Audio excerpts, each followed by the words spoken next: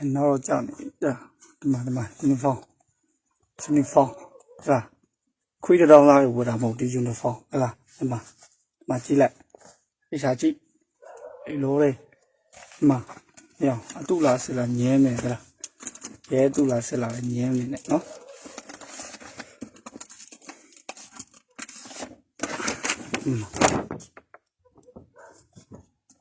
rồi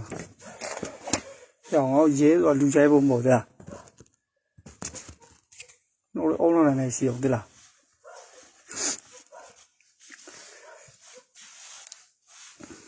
cái mông nó mình bay gì để thu mà mình dây để xong nó gì đó là mình quay gì ra làm hồ thế là nó xếp tay bông hồ thế là đây mấy nó là chất để nó uniform một quên này mấy nó thế này nó tiền thay để u để về đâu rồi nè ông chị đi ra tiền u thì một là nhưng mà các quay xem vào mình đâu ăn mà vì này không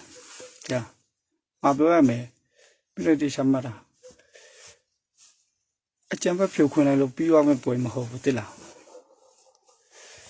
yên lúc đi nó mà tù thế là yên miền này làm lâu này mới ra rồi mình đâu khai vào mày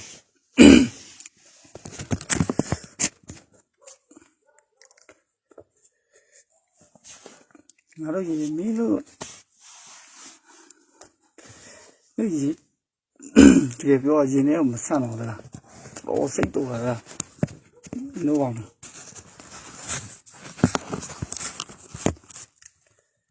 mình tất cả lâu rồi mình là lâu đấy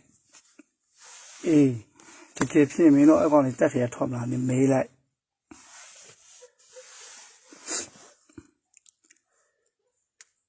dễ lâu lâu mà tức là dễ lâu lâu mà ta lâu lâu mà không thế bữa mình nó đi ta khai nào nó còn lâu đó là mình nó bỏ là mình nó biến chỉ lại mình nó bỏ mình nó biến chỉ lại là còn lâu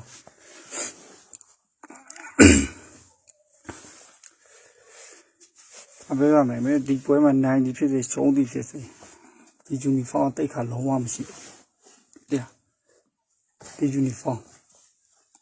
nhau tham mấy nó làm tạm một xí đồ quá xin lỗi ngã chết đấy tôi chết đấy yeah ta play về hoa ta làm tay hoa là play tay hoa nó là gì đâu chỗ bị lậu à nó sinh ra thì mình nó ôn nó thì mình xíu là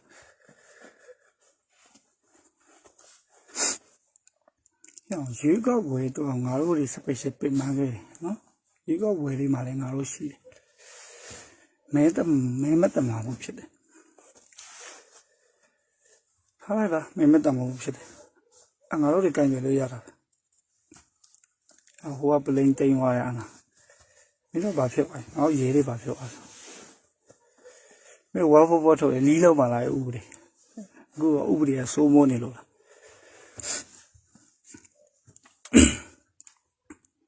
tất cả khai này lâu này mình nó vào mình nó biến sinh raแต่มาตะตุยตะตันตะไม่มาเนี่ยอเมย์ก็ดูโลอ่ะ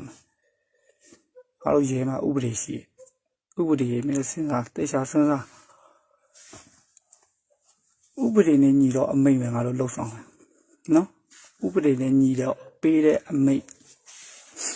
ဥပဒေနဲ့ညီတဲ့ပေးတဲ့အမိတ်မဟုတ်ငါတို့လှုပ်ဆောင်စရာမလိုဘူးငါတို့မှရှင်းချက်ရှိတယ်အေးအဲ့ဒါတော့လှုပ်ဆောင်လားမလှုပ်ဆောင်လားမင်းမလှုပ်ဆောင်ရင်မင်းပြစ်ဒဏ်ခံရမယ်မလှုပ်ဆောင်လည်းရတယ်ဟုတ်တယ်နော်ငါတို့မှရှင်းချက်မြေတန်းရှိတယ်ငါတို့လှုပ်ရှင်ငါတို့အမိတ်တိုင်းလုံးရတယ်ဆိုတော့ငါတို့ရေးမှမရှိဘူးနားလဲလားမင်းတို့နဲ့ပဲဆိုင်တယ်အဲ့ဒါว่าไม่ปีนั้นเราตะกะကောင်လေးလောက်တာထားလိုက်ဟောငါတို့ကလည်းဒုတိယလက်နက်ကင်အဖွဲ့အစည်းတလားဒုတိယလက်နက်ကင်အဖွဲ့အစည်းငါတို့ရေးတပ်ဖွဲ့ဒီတမိုင်းကြောင်းတော့လာမှမင်းလည်းငါလည်းမသိဘူးစာအုပ်လေးဖတ်မှပြင်းတယ်တလားဒုတိယလက်နက်ကင်အဖွဲ့အစည်းတိတ်ခါနေနေတယ်တလားတက်ကခိုင်းခိုင်းလို့ရတယ်ခိုင်းဖက်မဟုတ်တလားဟောရေးရင်ကောင်းအောင်နားလိုက်ပါလေတက်ကငါတို့ဘယ်လိုလုပ်ထားလဲဆိုမင်းတို့ကလည်းမငင်းနဲ့တလားဟုတ်တော့ တဲ့ကောင်တွေပြောင်းလာပြောငါတို့ရဲ့နေရာကြီးငါတို့ရဲ့အကြီးပိုင်းတွေကိုယူတယ်ဒီကောင်တွေဥပဒေနားမလဲဘူးရအောင်သူတို့မြင်နေသူတို့ပြီးမယ်အမိန်ပြီးမှာပဲငါတို့လုပ်ငန်းရဲလုပ်ငန်းနဲ့တက်လုပ်ငန်းနဲ့တူလို့မင်းတို့စဉ်းစားဟဲ့လားဒီဆယ်တော့ဒါနောက်ဆုံးခွင့်ရပဲဟဲ့လားမင်းတို့မလက်ခံကြရင်ဘာစီစဉ်ရှိမှတော့မသိဘူးကွာအေးမင်းတို့အဲ့စီစဉ်သူတို့ခိုင်းတဲ့အတိုင်းသာလို့မင်းတို့လုံးဝဥစ္စာဖြစ်တယ်လားဒီချိန်မှာကိုယ်ကိုယုံထွက်ငါတို့ပုံကံဖို့မဟုတ်ဘူးတဲ့လားငါတို့ကင်တာဥပဒေကင်တာပဲငါတို့ကဥပဒေကင်တာတယ်အကျဉ်းဖတ်မှုတွေကမင်းတို့တွေ့တက်ထောက်ကံပေါ်မှာဓာတ်တွေပါမင်းတို့ဘာလုပ်တော့ဘာနဲ့ဝိုင်းတူမင်းတို့ဘာလုပ်နိုင်ကြောက်တာလားဟလားအဲကြောက်တယ်လို့ခေါ်ရတာဟောရဲတဲ့ဘက်ငါကြောက်တယ်တလားဒီငါကိုယ်တိုင်လည်းကြောက်ခဲ့တယ်မရတော့ဘူးအခုကတော့တလားအေးအကုန်ဆွတ်လို့လာတလားဆောင်းဝဲအောင်လက်မဆယ်အောင်လက်မ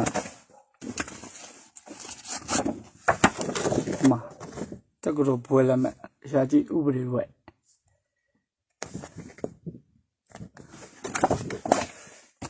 ဘွယ်တစ်ခုရောက်အနည်း20ကြာနော်ဆွတ်လို့လာပြီကော像这的会这啥跑了嘛？哦，咱们话俺你们看来喏，这的会嘛是俺都爱嘛单身狗嘛呗，俺都标单身狗定标价是定标了呀，俺都定标标，在这老标，没老不爱用晒路的。光俺都嘛乌不的专业的呢，对啦，俺都爷的乌不的专业的呢，都开那俺都弄呢，都要带没，票快没，俺老板拿来了。ငါတို့စိတ်ဆက်ညှိနိုင်တယ်မှာဟုတ်လားအကျန်းဖက်တဲ့ကောင်တော့တရားဆွဲမယ်ဥပဒေပုံမှန်တွေတတ်မယ်အဲ့လိုပဲလာမှလေငါတို့အကျန်းဖက်ဖြူခွေးကြအကြောင်းမရှိတာရှင်းလေးပဲဟောငါတို့တခုပြောငါတို့ကဥပဒေတိုင်းလုပ်ဥပဒေနဲ့အညီလုပ်ပဲအဲ့လူစုကိုငါတို့တခုပြောရင်သူတို့ကွဲသွားတယ်မယုံမရှိနဲ့ပြည်သူကလည်းငါတို့လည်းအဲ့လိုမျိုးဆိုငါတို့လေးစားပြီးတာဟောငါကနေတောင်ကြီးနော်အေးတောင်ကြီးကိုငါအရင်တော့ငါတို့လက်တင်ကားလေးလူ2ယောက်3ယောက်လေးနဲ့ငါတို့ပတ်ပြီးတော့ထိန်းခဲ့တာတိလားဘာနေမှမဖြစ်လာအေးချမ်းတယ်အခုတော့ဒီကားလေးစီတန်းလဲလေဘယ်ကောင်မှမကြောက်ရှင်းလေးပဲမင်းတို့ဘယ်ကောင်မှမလေးစားဘူးမင်းတို့လက်နဲ့တွေကြောင်းတာမင်းတို့ဘာမှမဖြစ်တာတိလားလက်နဲ့တွေကြောင်းရင်အခုကဒီကောင်နဲ့အကြမ်းမဖက်ကွာကောင်နဲ့ဘာမှမလုပ်တာကွာလုံးဝစီကန်းရှိတယ်လို့ပြောမှာပေါ့တလားငါတို့ကတော့သူတို့လည်းနည်းနည်းကြီးသွားပြီကွာငါတို့တော့နည်းနည်းအကြမ်းဖက်တယ်ဒီကောင်နဲ့လို့မဟုတ်တလားပညာသားပါတယ်အေးအကြောင်းမို့လဲဟိုးရေလူကြီးတယ်လို့မဟုတ်ပြီးသွားမဲ့ပွဲမဟုတ်အကြမ်းဖက်နေနေတာနဲ့ပြီးသွားမဲ့ပွဲမဟုတ်တလားဒီကောင်လည်းပညာတတ်တယ်ဟဲ့လားဘယ်တော့ရှင်းလို့မရဘူးတလားမင်းတို့အောင်တော့အဲ့တက်ကအောင်ဖြိုခွဲမဲ့ဥစားဖြစ်မဲ့တပုံတွေမဟုတ်ဘူးဒီကလေးတွေကတလားအမေတော့မလုံးနဲ့ရှောင်းရဲတဖွဲ့ရကောင်းလာရင်တလားငါတို့ရဲဆိုတောက်ပြောင်းရှင်တယ်တလားပြည်သူလက်ချနေတော့မထီးချင်ဘူးကွာရှင်းလေးပဲပြောမယ်တလားငါတို့စင်ငါတို့မလုတ်ပိုင်ခွင့်ပေးပြီးတာတလားအဲ့တော့ကွာရောငါတို့ရဲတပ်ဖွဲ့ရနော်ဟောရဲတပ်ဖွဲ့ပါငါပြောမယ်ရဲတပ်တာအဆင့်ကအောက်ဆုံးရဲတပ်တာအဆင့်နော်အောက်ဆုံးရဲတပ်တာအဆင့်ကဒီလုတ်ပိုင်ခွင့်အပြည့်အဝရှိတယ်မင်းတို့ပြန်စဉ်းစားမင်းတို့ဥပဒေတွေပြန်ဖတ်လိုက်ရအောင်ငါတို့ရဲတပ်တာအဆင့်အောက်ရှိအဆင့်ကဥပဒေနဲ့ညီခဲ့နိုင်ငံတော်တမနာတိဖမ်းလို့ရတယ်ဟုတ်လားနော်သူအဆင့်အတိုင်းမှာလုတ်ပိုင်ခွင့်ပေးပြီးတာ ဘယ်စင်ကဘာလောက်ပန်ခွင့်ဘယ်စင်ဥပဒေတွေကအတိလင်ပြထားပြီးသားလို့စောင်းတွေဖတ်ခေါင်းပဲအိမ်နေတယ်တလားဒီချိန်မှာလုံးတော့ဘာမင်းကြည့်အကြမ်းဖြူခွင်းနေထားဟိုကတနနဲ့ပြတ်သွားကြည်စင်းနဲ့ပြတ်မင်းဘာလုံးနိုင်မင်းအမှုဖွင့်ရမယ်လေမင်းတို့ဒါလက်ခံစာအကြောင်းရှိအကြမ်းဖြူခွင်းနေဘာဘာကြီးပဲ38ကြီး38မှာမျက်ရည်ရောပုံလောက်တိလက်ခံတယ်ဟာထားလိုက်ပါဒါအကြမ်းဖြူခွင်းနေလို့အခုအကြမ်းဖက်နေရလည်းမဟုတ်အဲသူတို့ဆန္ဒသူတို့အမှန်တရားထုတ်ဖော်တယ်လူတစုလည်းမဟုတ်တနိုင်ငံလုံးအတိုင်းအတာနဲ့ထုတ်ဖော်တယ်အဲ့တော့မင်းတို့တော့ဖြုတ်ခွဲမယ်ရှင်းနေကွာအဖေရအမှန်အပြောတော့ဟောနားမလဲရွေးကောက်ဝဲပါရဲ့ဘယ်လိုမျိုးနိုင်ငံရေးငောင်းနားမလဲဒါမဲ့ဒါတော့မဖြစ်တင်ဘူးသူတို့ကတော့စီလုံးနေစဉ်းစားမကြည့်လိုက်စီလုံးနဲ့ငါတို့တော့ဖြုတ်ခွေမယ်စီလုံးညညရေးတော့ငါတို့တိဆောက်ရမှာနော်အဲ့ဒါအစင်တာရည်အဲ့ဒါအစင်တာရည်နော်အဲ့ဒါအစင်တာရည်သူတို့ပြီးသွားတဲ့ချိန်သူတို့လမ်းပေါ်မှာလိုက်ကြည့်လိုက်မိုက်တစားမရှိဘူးဘယ်သူမှစိတ်ညွညွသူတို့မပြုတ်လို့ပါအေးမင်းတို့ကလမ်းနဲ့လိုက်လွှဲပြီးတော့တုတ်တယ်တလားမင်းတို့အကွက်တယ်တော့မလုံးနဲ့တော့မမိုက်ကြနဲ့ဒီတော့ဖွဲ့မိုက်တယ်တော့ဖွဲ့မဟုတ်ဒီလားငါတို့ဥပဒေငါတို့ကင်တဲ့လက်နက်ကဥပဒေစာအုပ်လေးပါကွာဥပဒေစာအုပ်ပဲနော်ဥပဒေစာအုပ်တော့ငါတို့နဲ့ဆိုင်တဲ့အပိုင်းတော့ပဲကင်ရတလားတရားမမှုတွေပါတဲ့တရားရောနဲ့ရှင်းပြီးရှင်းနေပြီရှင်းပြီးအဲ့ငါတို့အပိုင်းလေးတော့ငါတို့မပိုင်နိုင်ဖြစ်နေလားတက်ကပြောင်းလာတယ်ဟုတ်တယ်ပြောင်းလာတယ်ဘာမှပြုတ်ထားလိုက်တော့သူတို့လည်း10တောင်းပြီးတော့စစ်တယ်ဝင်တယ်သူတို့အသက်တွေပြီးခဲ့တယ်ဒီလူရာသူကြီးရတယ်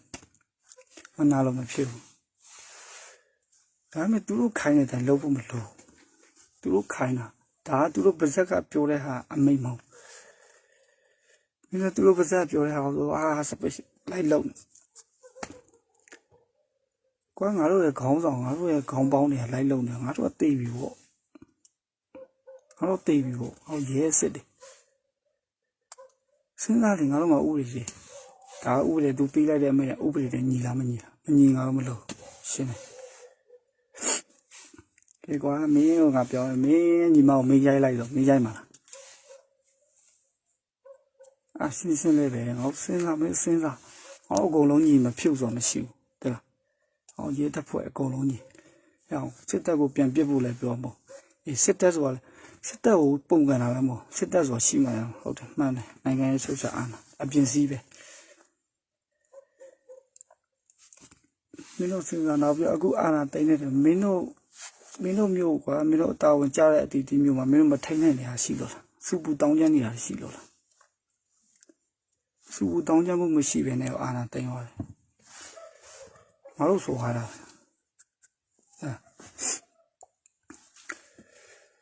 မင်းအောင်လိုက်ဆိုလူတစုလေး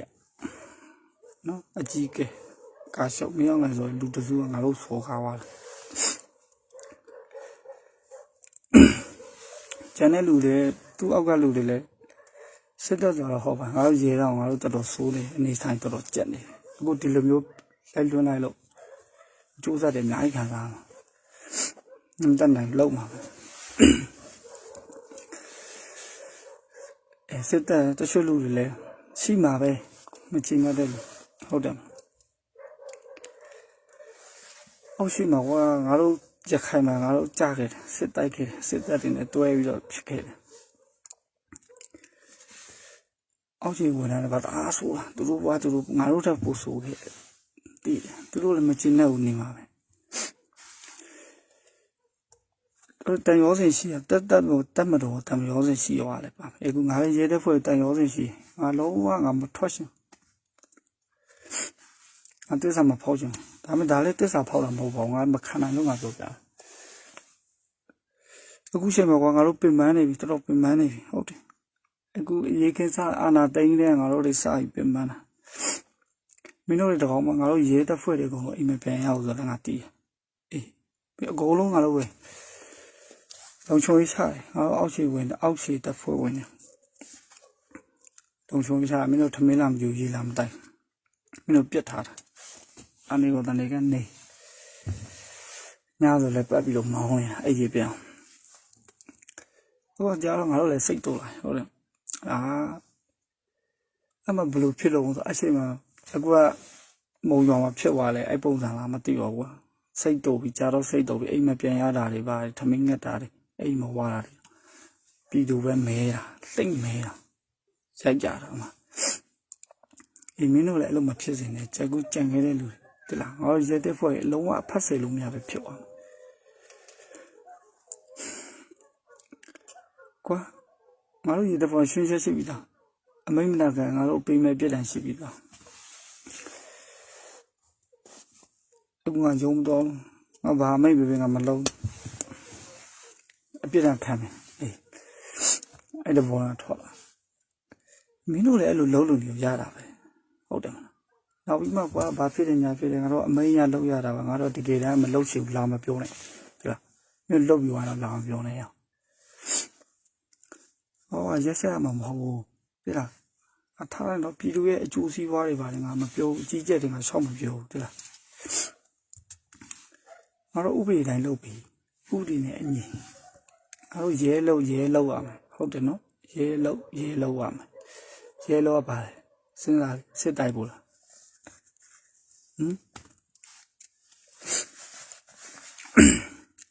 ငါတို့ကစေးပြတင်ခဲ့တယ်မှန်တယ်စေးပြတင်နေဆိုတော့ငါတို့ကပြည်တွင်းနဲ့တောင်းကျမ်းသူတွေနဲ့ငါတို့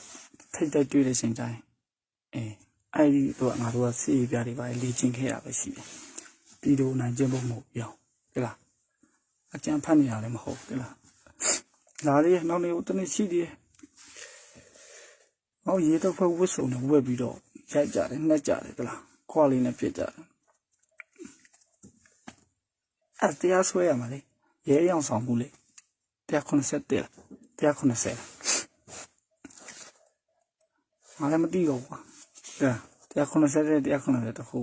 ရဲရောင်ဆောင်ဟောရဲယူနီဖောင်းဝက်ပြီးတယ်ဒီလားဒီယူနီဖောင်းဒီလားယူနီဖောင်းပေါ်ဝယ်ရတဲ့ယူနီဖောင်းမဟုတ်ဒီလားကိုဝယ်တဲ့ယူနီဖောင်းကိုကျွန်းတလို့ဖြတ်သွားတယ်ဒီလားဟောရဲတွေဘာလုပ်နိုင်လဲဘာမှမလုပ်နိုင်ဟောရဲချုပ်ဘယ်ရောက်လဲအဲ့မေလို့ရှင်းလေးအဲ့မေလို့တွေ့လားတွေ့ဘူးလားသူတို့ခံလိုက်တော့သူတို့ခံရကောင်ရဲချုပ်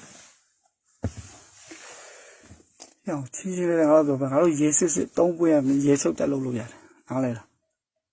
ရဲစစ်3ပွင့်နော်3ပွင့်ပဲပြောတာနော်ပြန်တော်ဝင်ရရှိတယ်ရဲချုပ်ထိတက်လို့ရတဲ့အရေးချင်းရှိတယ်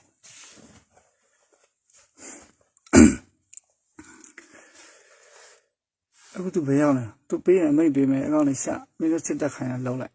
ဟုတ်တယ်နော်အခုငါတို့တောင်ကြီးအမေရစစ်တက်တယ်နဲ့လားလောက်တယ်ရလို့အမိန်နေပေးတယ်ငါတို့ရေးရအမိန်ဆိုလဲကြောက်တယ်တကယ်တမ်းစဉ်းစားလိုက်ကြောက်စရာအကြောင်းမရှိတာဒီလားဥပဒေနဲ့ငါတို့ထိန်းချုပ်တာလို့ဥပဒေရဲ့အကာအကွယ်ဆောင်ဆောင်ငါတို့ရပိုင်ခွင့်ရှိတယ်ဥပဒေနဲ့ငါတို့ပြန်ပြောလို့ရတယ်မျက်လုံးနဲ့ကမ်းပြီးတော့လဲဒီလားမျက်လုံးနဲ့ဖွင့်တာ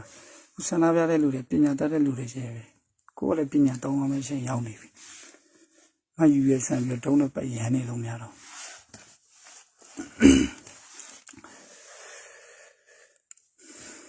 ငါတို့ရခိုင်မှာကိုယ်တွေ့ကြုံလာပြီအဲ့ဒါရခိုင်မှာကိုယ်တွေ့ကြုံလာပြီဒီမင်းတို့ရဲ့အလုပ်ထပ်ဖြစ်လိုက်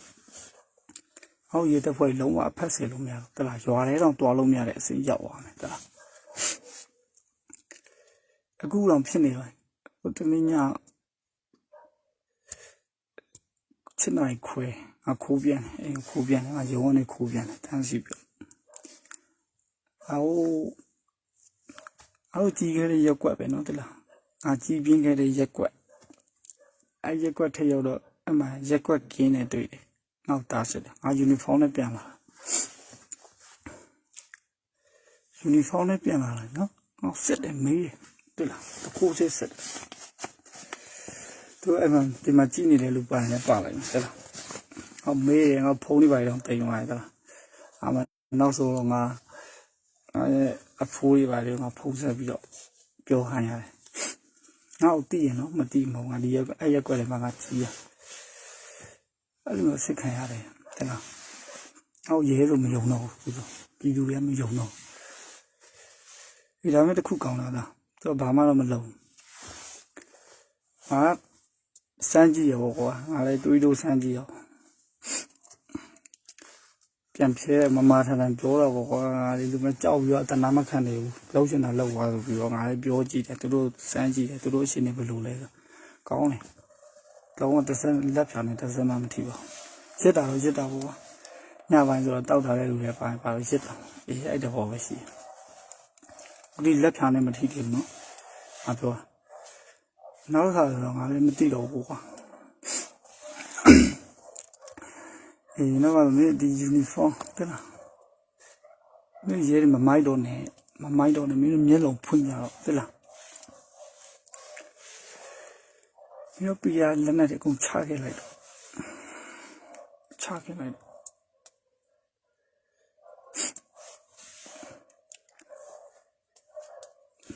ဘယ်လိုလုပ်မလဲဆိုငါမှလည်းပြန်မရှိဘူး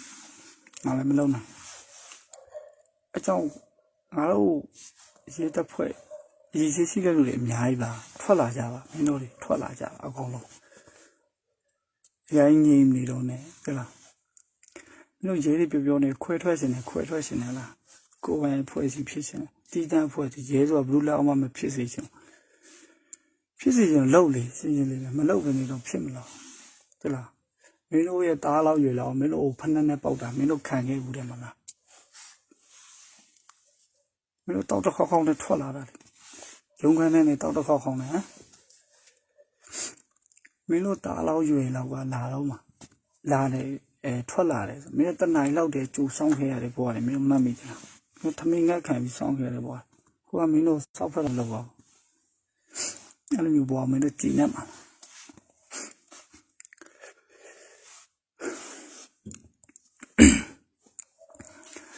အပြောနော်ပြန်တိုက်ဖို့မဟုတ်ဥပဒေနဲ့ညီပြန်ပြုလုပ်မယ်ငါတို့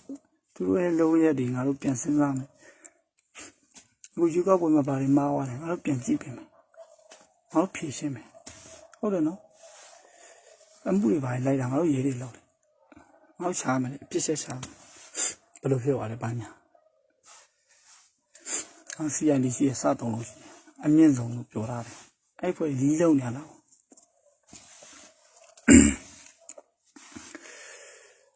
ဟောတာရိုက်ပါရဲဝတ်နဲ့ဝင်ရဲဝတ်နဲ့ရိုက်တယ်ဟုတ်နော်ဒီနေ့ဆိုလည်းကျောင်းဆရာမတယောက်တည်သွားတယ်အကြစွဲမှုတွေပဲလေအောင်ငိန်ခံနေမှာလားစစ်တပ်မလို့မလုပ်ရလားရှင်းမရှိတော့ဥပဒေမှာမင်းတို့ရဲဆိုတာနိုင်ငံရေးမလုပ်ရဘူးဘာစန္ဒဂတိမောဟဂတိတွေပါတယ်ငါပြောတယ်လားဘာကြီးငါတို့ပြောနေပါတယ်အဲ့လိုမျိုးတွေပြောနေပါနိုင်ငံရေးလောက်တာမဟုတ်အခုကငါတို့ရှိမှဥပဒေချိုးဖောက်သွားတဲ့လူကိုငါတို့ရဲ့လူဆိုပြီးတော့ဥပဒေရငါတို့ကချွင်းချက်ပေးလိုက်မယ်ဟုတ်လားဥပဒေမှာမောင်နှမမရှိဘူးဆွေမျိုးသားချင်းမရှိဘူးမိဘမရှိဘူးတိုင်းဝေါ်စင်မရှိဘူးလေငါတို့လည်းအဲ့လိုတင်ခဲ့မင်းတို့လည်းတင်ခဲ့စစ်တပ်ကလုံနေတာစစ်တပ်ငါတို့ရဲ့နောင်တော်ဆိုဟုတ်တယ်နောင်တော်ကွာစစ်တပ်က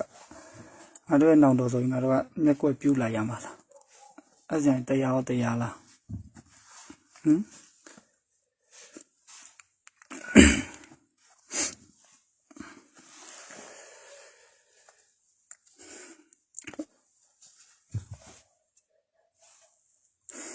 ငါတို့နဲ့ဆိုင်နေငါတို့နဲ့မဆိုင်ဘူးငါတို့နဲ့ဆိုင်ရေကောက်ပွဲမှာအနိုင်ရတဲ့အစိုးရတယ်နော်မင်းတို့ပြောနေဘယ်အစိုးရတက်ငါတို့လုံးအောင်ပါဟုတ်လားရေကောက်ပွဲမှာနိုင်တဲ့အစိုးရငါတို့အစိုးရအဲ့အစိုးရငါတို့ဝင်ကာကွယ်ရအောင်ပါစစ်တပ်ဘာလို့တင်လဲ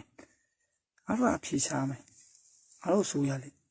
ရေကောက်ပွဲမှာအနိုင်ရတာ ပြည်သူတန်း60နော်ပြည်သူတန်း60ရွေးကောက်ပွဲမှာအနိုင်ရတာလေအဆိုးရအဲ့ဒါအဆိုးရောက်ကာကွယ်ပေးရမှာတော်စုပဲမှာတောင်းလေမင်းတို့တောင်းမင်းမတောင်းရလားအကြီးပိုင်းနေဘယ်လိုတက်ကပြောင်းလာတဲ့အရာရှိတွေမပေါင်းဘူးကောင်းတဲ့လူလည်းရှိပါတယ်ကောင်းတဲ့လူလည်းဆိုးတဲ့လူကတော့များတာပေါ့ကွာသူတို့ကတော့လှုပ်ရှင်တိုင်းလှုပ်တာတက်ထရလာတဲ့ပုံစံအတိုင်းပဲငါပြောလိုက်မယ်မင်းတို့တက်ကပြောင်းလာတာမှန်တယ်လက်ခံတယ်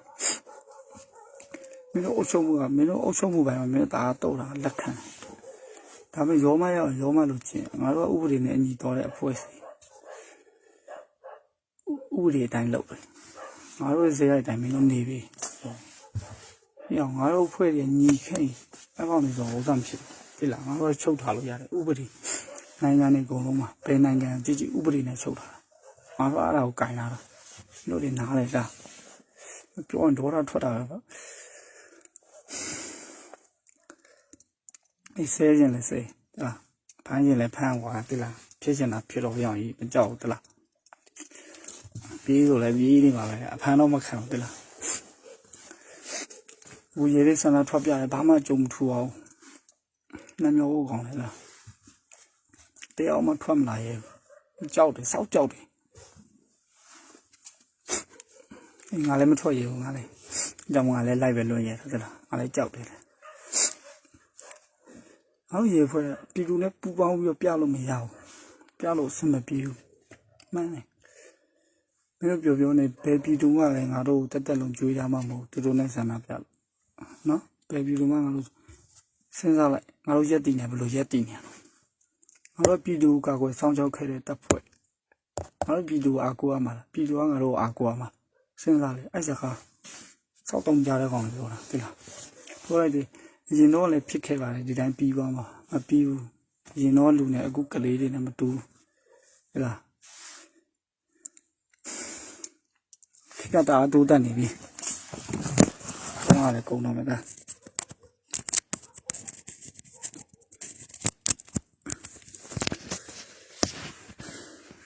့တော့မနေ့ကမင်းတို့လုံးမဲ့ကဲလို့အကျန်းဘက်ဖြိုခွဲမဲ့အစီအစဉ်တွေရှိတယ်မင်းတို့တခြားစဉ်းစားနှစ်ဖက်နဲ့သူတို့ကြောက်နေမှာပဲ။ငါတို့တနေ့22ရက်နေ့ကအွန်လိုင်းကျင်းလိုက်ပြတယ်။သူတို့မြင်ခဲ့ပြီးမျက်ဝါးနဲ့မြင်ခဲ့ပြီးသူတို့အကြောင်းနောက်ကအဖြစ်မခံနိုင်ဘူး။သူကြောက်နေပုံရတယ်။အန်ကြောက်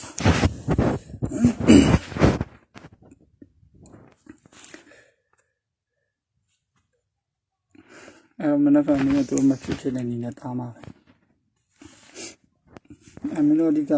မင်းတို့အဓိကတုံးလိုက်ငါတို့ရေအဓိကတုံးဟုတ်တယ်နော်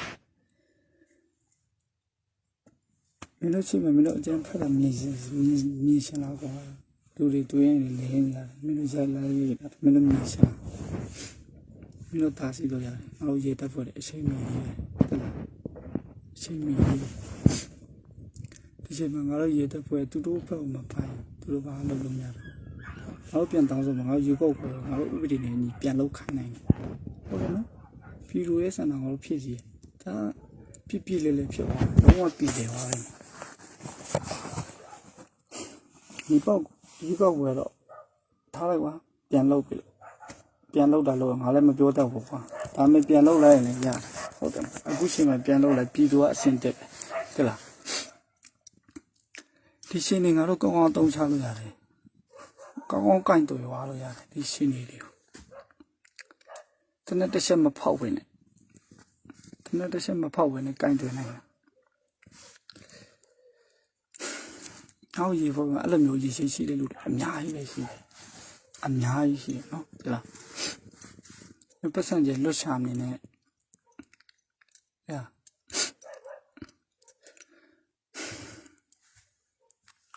ဝုံစွလိုက်တဲ့လားกูดูရေဦးဖြေမယ်လို့စာမဝဲရွှေ့ဆိုင်လိုက်တဲ့လားနော်ဒီငါတော့အကုန်လုံးဆွတ်လိုက်တဲ့လားအကုန်လုံးဆွတ်လိုက်မင်းတို့ဘာမှမဟုတ်နော်မင်းတို့အွန်လိုင်းကျင်းလိုက်မနေ့ကကြာမင်းတို့ကိုမင်းထိန်းပြီးလာတဲ့လားကလေးတော့ဖြ ဖြိုခွဲဖို့မစင်စားနဲ့မင်းတို့အကုန်လုံးဒုက္ခရောက်မယ်ငါတို့ရဲ့ဒီယူနီဖောင်းဟူဝတ်ထားနေမှာကဒီဖောင်းဒုက္ခရောက်သွားလိမ့်မယ်ကွာပြောရမှာပဲတန်ဖိုးမဲ့နေပြီဟောရေတန်ဖိုးမဲ့နေဒီချိန်မှာဆွဲတင်ဆက်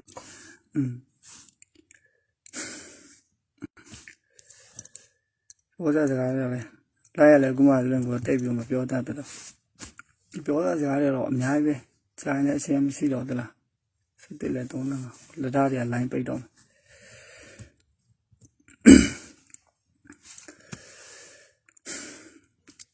မကြောက်ငါပြောနော်အမေတို့တော့ငါဘဝအပြက်ခံပြီးတော့ငါပြောပြီးသွားပြီသလားဟုတ်ရဲတစ်ဖွဲ့တော့ပဲပြောတာနော်ဒီလိုအကျိုးစီးပွားတွေပါငါစောင့်အကြီးကျယ်တယ်ငါရှောက်မပြောခဲ့တော့နော်ဟုတ်ရဲတစ်ဖွဲ့တော့ငါပြောခဲ့တာဒီချိန်မှမင်းတို့မယုံထွက်ရင်မင်းတို့တက်လုံးကြုံမဲအောင်ကြုံမဲဒီတဲ့နာရဲ့စကလုံးလေးရှိသေးတယ်ဒါမှငါမတော့ငါတို့ရဲတစ်ဖွဲ့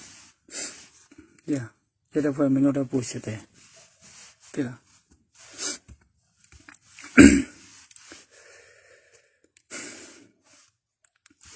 ရခိုင်မှာငါတို့မတီလို့ငါတို့ဒီကိုပြန်ရောက်လာငါတို့မတီပြီးမတီခဲလို့ခံကောင်းပြီးမတီလို့ဒီကိုပြန်ရောက်လာတိလားခုမင်းတို့ဒီလိုမျိုးတဲ့ဆက်နေမင်းတို့ဒါပြီးရင်ဒီပြည်တွေနဲ့မှပြီးနေအောင်မင်းတို့ဒီရဲ့တိုင်းရင်းသားတွေငါတို့တိုင်းရင်းသားမြန်မာနိုင်ငံမှာရှိတဲ့တိုင်းရင်းသားလက်နက်ကိုင်ဖွဲ့တွေတက်ဖွဲ့လိုက်ချနေတာမင်းတို့ကောင်းကောင်းကြီးတုံးချလိုက်မယ်တိလားအဲ့လည်းမျိုးတယုံမှာမျိုးမရှိနေဖြစ်လာတယ်စစ်တပ်ကောင်မုံနော်အဲ့အရာအာနာရှင်အုပ်စုစစ်တပ်လည်းငါမပြောရပါဘူးစစ်တပ်လည်းဟုတ်တယ်စစ်တပ်တွေမှာကောင်းလိုက်မှရှိတယ်စစ်တပ်လည်းငါတို့နိုင်ငံကာကွယ်ထားတဲ့မှန်တယ်ကွာအဲ့ဒါလက်ခံဒါပေမဲ့အဲ့အရာရှိဆိုတစ်ခုအဲ့ဒါသူတို့စစ်တပ်တွေမှာသူတို့လောက်ရလိမ့်မယ်ဟုတ်လားသူတို့ရာရှိသူတို့အာဏာရှင်ဖြုတ်ချဖို့ကသူတို့စစ်သားတွေအလုပ်ဒီစစ်သားတွေရာဇဝတ်မှုမကျူးလွန်အောင်သူတို့ရဲ့အကြမ်းဖက်တာတွေကိုထိန်းသိမ်းရမှာငါတို့လို့ဒီလားသူတို့တနက်ကကြည်မထွက်လာအောင်တော့ရမှာငါတို့လို့ဟုတ်နော်ပြည်သူလည်းငါတို့ထိန်းရမှာငါတို့လို့ပြည်သူတွေအကြမ်းမဖက်အောင်ထိန်းရမှာလည်းငါတို့လို့ဟုတ်တယ်ငါတို့ဂျာနေအမှဂျာနေဆိုတာဘာလဲဂျာနေရဲ့တာဝန်ကရက်နေဖို့မဟုတ်ဘူးတဲ့လားငါပြောပြမင်းတို့တွေမသိမှဆိုလို့စစ်တပ်ကခိုင်းတာလည်းလုံးဖို့မလိုဘူးဥပဒေညီလားမညီလားကြည့်တက်ထောက်ခံတဲ့လူတွေမင်းတို့မဖမ်းဘူးအခုဒီကျတော့ဆန္ဒပြတဲ့လူလည်းမင်းတို့ဖမ်းရမှာကြောက်မရှိဘူး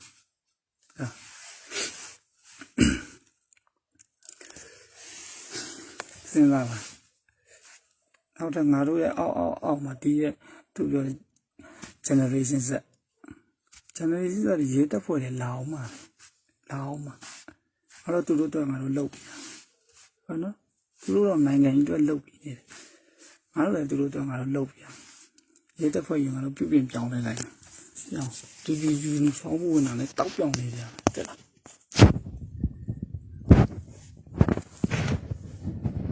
ဒီညရတော့ဘယ်နော်နောက်ဆက်လာ